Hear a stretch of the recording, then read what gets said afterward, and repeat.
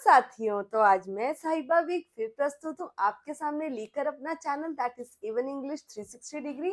तो बेटा कल हमने किया बहुत सारे ऐसे ऐसे के टाइप्स और आज हम यहीं से आगे से कंटिन्यू करेंगे।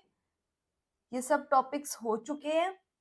टाइप्स ऑफ एसेज में we have covered informal essays, formal essays, personal essays, impersonal essays, periodical essays, and today we are going to cover autobiographies. आज हम स्टार्ट करेंगे ऑटोबायोग्राफी से। तो बेटा what is an autobiography? Autobiography है क्या? इसका अगर लिटरल मीनिंग इस वर्ड का देखें तो ऑटो का मतलब होता है बेटा सेल्फ, ठीक है। Bio means life and graphy means writing. So self life writing यानी खुद की लाइफ पे लिखना कहलाएगा autobiography. So it is basically the life history of a person written by oneself और हिमसेल्फ। एक लाइफ हिस्ट्री, एक पर्सन की पूरी लाइफ की हिस्ट्री जो जो उसके साथ बीता और वो खुद अगर लिख रहा है तो वो ऑटो मोड पे यानी कि सेल्फ मोड पे कहलाएगा ऑटोबायोग्राफी। ठीक है, अब इसके बारे में क्या इंपॉर्टेंट बातें हैं कि ये इसकी फॉर्म्स क्या क्या होती है बेटा। ये एक मेमोयर की फॉर्म में भी पाया जाता है। मेमोयर होता है मेमोरीज, जो इंसान अपनी मेमोरीज खुद बनाता है और खुद नोट डाउन करता है, and it is called autobiographical. Memoir एक ऑटोबायोग्राफिकल होता है। डायरीज हम अपनी खुद लिखते हैं, खुद बनाते हैं। क्यों? अपनी डेली की जो हम फील करते हैं, जो हम एक्सप्रेस नहीं कर पाते, वो हम डायरी में लिखते हैं, तो it is also autobiographical. Diaries हो गया, मेमोयर हो गया, और लेटर्स जो हम अपनी भावनाओं को व्यक्त करते हुए, अपने इमोशंस को एक्सप्रेस करते हुए किसी को लेटर लिखते हैं, तो वो भी क्या हो गया, किसका पार्ट हो गया? ऑटोबायोग्राफीज का पार्ट हो गया। So important about this is life history of a person. ये क्या है? ये कहलाएगा life history. So it is the life history, ठीक है, it is the life history of a person, life history of a person written by, which is written by himself, ठीक है। और इसके अंदर क्या क्या हम कैटर करते हैं, इसके अंदर क्या क्या आता है? So it includes diaries, memoir, it includes diaries, memoir and even letters, ठीक है। और ये हमेशा बेटा लाइफ टाइम जो ऑटोबायोग्राफी होती है हमेशा इनकम्प्लीट रहती है, अधूरी रह जाती है, क्योंकि हर व्यक्ति जो मृत्यु का समय होता है उस समय he is enable to write the events of his life. तो मृत्यु के समय at the time of death he is enable to write. So ये इनकम्प्लीट रह जाती है, अधूरी रह जाती है। सो क्या लिखेंगे? That it remains incomplete because it remains incomplete. ये हमेशा इनकम्प्लीट रह जाती है, ठीक है। Because it is written by, because it is written before death of an autobiographer, before the death of an autobiographer। अब बेटा चर्चा करें तो इसमें जो सबसे पुरानी ऑटोबायोग्राफी है वो किसकी है? सेंट अगस्टिन की, ठीक है। सो अर्लीस्ट ऑटोबायोग्राफी जो है वो यूरोपियन ऑटोबायोग्राफी है, और वो किसकी ऑटोबायोग्राफी है? वो सेंट अगस्टिन की है। किस नाम से है? कन्फेशंस, ठीक है। So the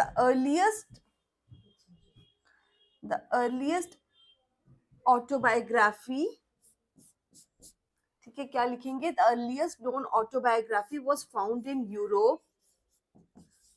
earliest known autobiography was found in European literature में पाई गई है, ठीक है। और किस नाम से पाई गई है? टाइटल्ड कन्फेशंस, उसका टाइटल है कन्फेशंस। और किसके द्वारा है? ये सबसे पुरानी जो ऑटोबायोग्राफी है किसके द्वारा है? बाय सेंट अगस्टिन, ठीक है, इन 5th सेंचुरी। और कौन सी सेंचुरी थी उस समय? 5th सेंचुरी, ठीक है। और यही नाम से, हैरानी की बात है, इसी नाम से, कन्फेशन नाम से 18th सेंचुरी में, मतलब इतने सेंचुरी बाद रूसो ने एक और ऑटोबायोग्राफी लिखी इसी नाम से। So Rousseau also wrote autobiography by the same name, that is Confessions. Rousseau also wrote autobiography, ठीक है, by the title, क्या टाइटल था? सेम टाइटल था, Confessions, ठीक है। और कब लिखा था रूसो ने? इन 18th सेंचुरी, ठीक है। ये हो गया आपका बेटा टॉपिक ऑटोबायोग्राफी का। अब चल रहे हैं किसकी तरफ? बायोग्राफी की तरफ।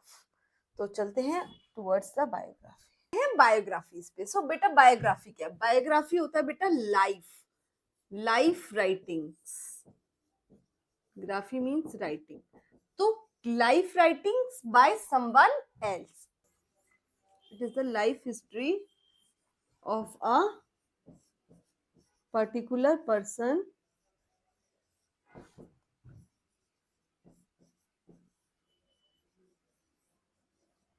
life history of a particular person but by someone else, किसी और द्वारा, by someone else, ठीक है। अब ये जो क्या कहते हैं बायोग्राफीज है, ये लिखी क्यों जाती है बेटा? ये लिखी जाती है ताकि जो रियल लाइफ हीरोज है, जैसे गांधी जी हो गए या और एक्सेट्रा, जो भी जिन्होंने भी अच्छे काम, अच्छे डीड्स किए हैं, उनको ग्लोरीफाई करने के लिए early biographies were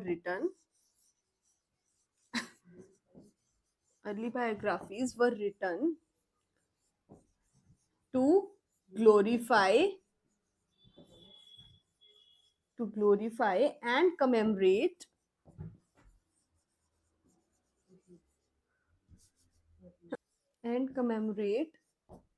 the heroes. Now we are talking about the, अगर हम बात करें बायोग्राफीज की, तो उसमें सबसे फर्स्ट बायोग्राफी किसकी आती है? सो it is the first English biography. जो सबसे पहली इंग्लिश बायोग्राफी है वो कौन सी है? The first biography, that is the biography, उसका नाम है द लाइफ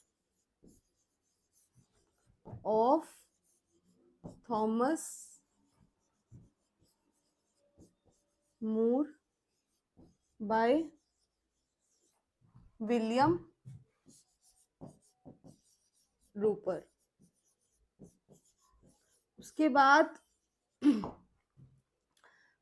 बेटा 17th सेंचुरी में, 17वीं शताब्दी में, 17th सेंचुरी में इजाक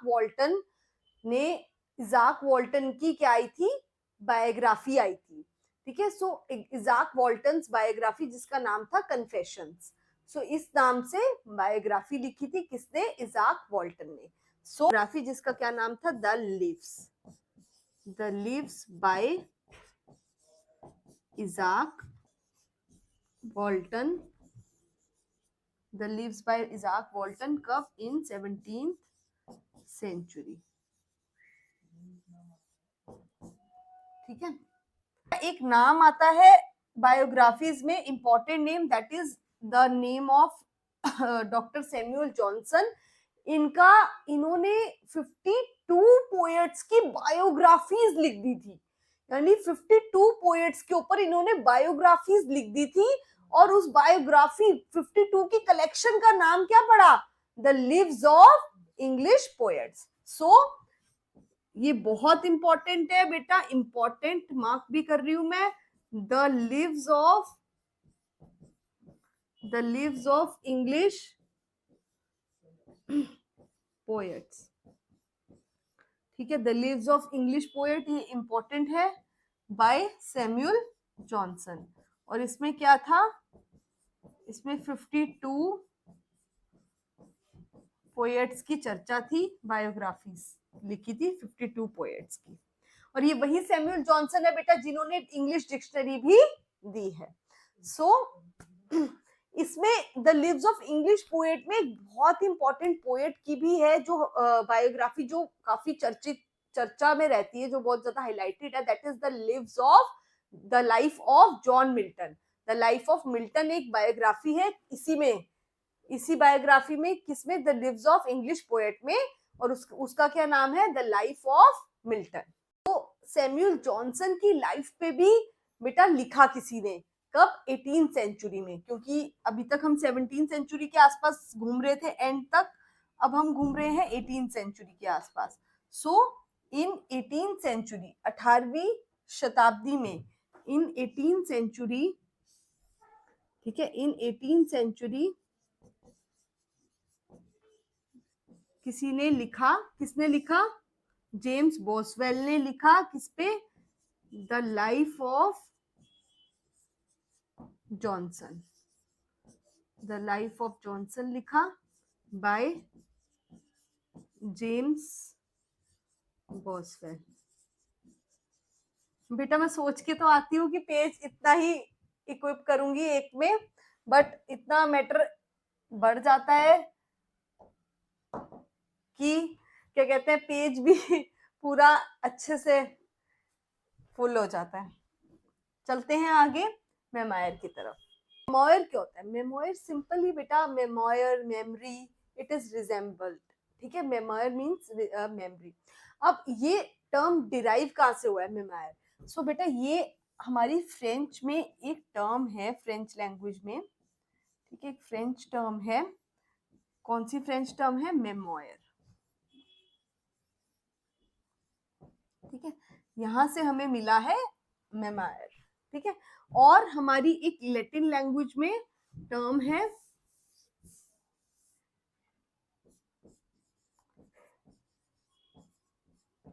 और लैटिन लैंग्वेज में हमारी क्या टर्म है?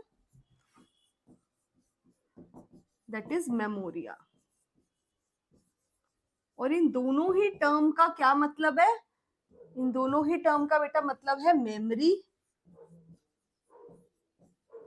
ठीक है, और रिमेम्बरेंस, ठीक है, दोनों का मतलब है मेमोरीज और रिमेम्बरेंस। अब जो हमारी मेमोरीज है, जो भी हमारे साथ चीजें हुई हैं लाइफ में, किसी की मेमोरीज अच्छी है, किसी की बुरी है, तो जो भी टोटल मेमोरीज है हमारी, वो हम किस पे राइट डाउन करते हैं, पेन डाउन करते हैं, तो वो क्या कहलाता है? मेमोयर। अब मेमोयर जो होता है बेटा, it is in the form of diaries, letters, social contacts, ठीक है, और पर्सनल एंड प्रोफेशनल रिकॉर्ड्स की फॉर्म में, ये सब फॉर्म्स में मेमोयर होता है, ठीक है। सो it is in the form of diaries, letters, किस किस फॉर्म में होता है? It is in the form of diaries, diaries की फॉर्म में होता है, लेटर्स की फॉर्म में होता है, ठीक है, और पर्सनल और प्रोफेशनल रिकॉर्ड्स की फॉर्म में होता है,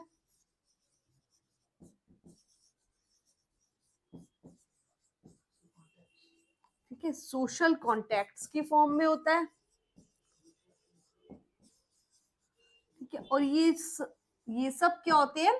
विच were faithful rather than the biographies. ये जो मेमोयर है ये सब ज्यादा फेथफुल होते हैं, ये डायरीज, ये लेटर्स जो इंसान खुद लिखता है वो ज्यादा फेथफुल होते हैं। किससे ज्यादा फेथफुल होते हैं? बायोग्राफी से, क्योंकि बायोग्राफी कोई और पर्सन लिख रहा है तुम्हारी, और मेमोयर जो है वो तुम खुद लिख रहे हो अपनी मेमोरीज, तो they are more faithful, they are more faithful than biographies, they are more faithful than biography,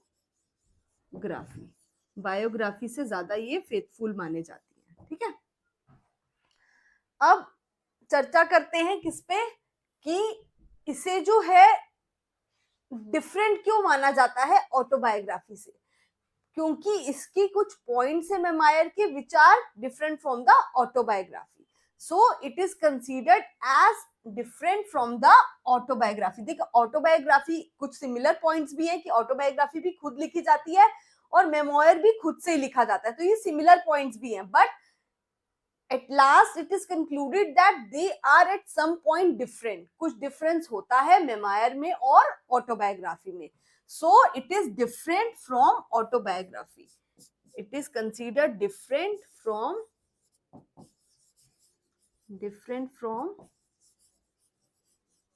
autobiographies।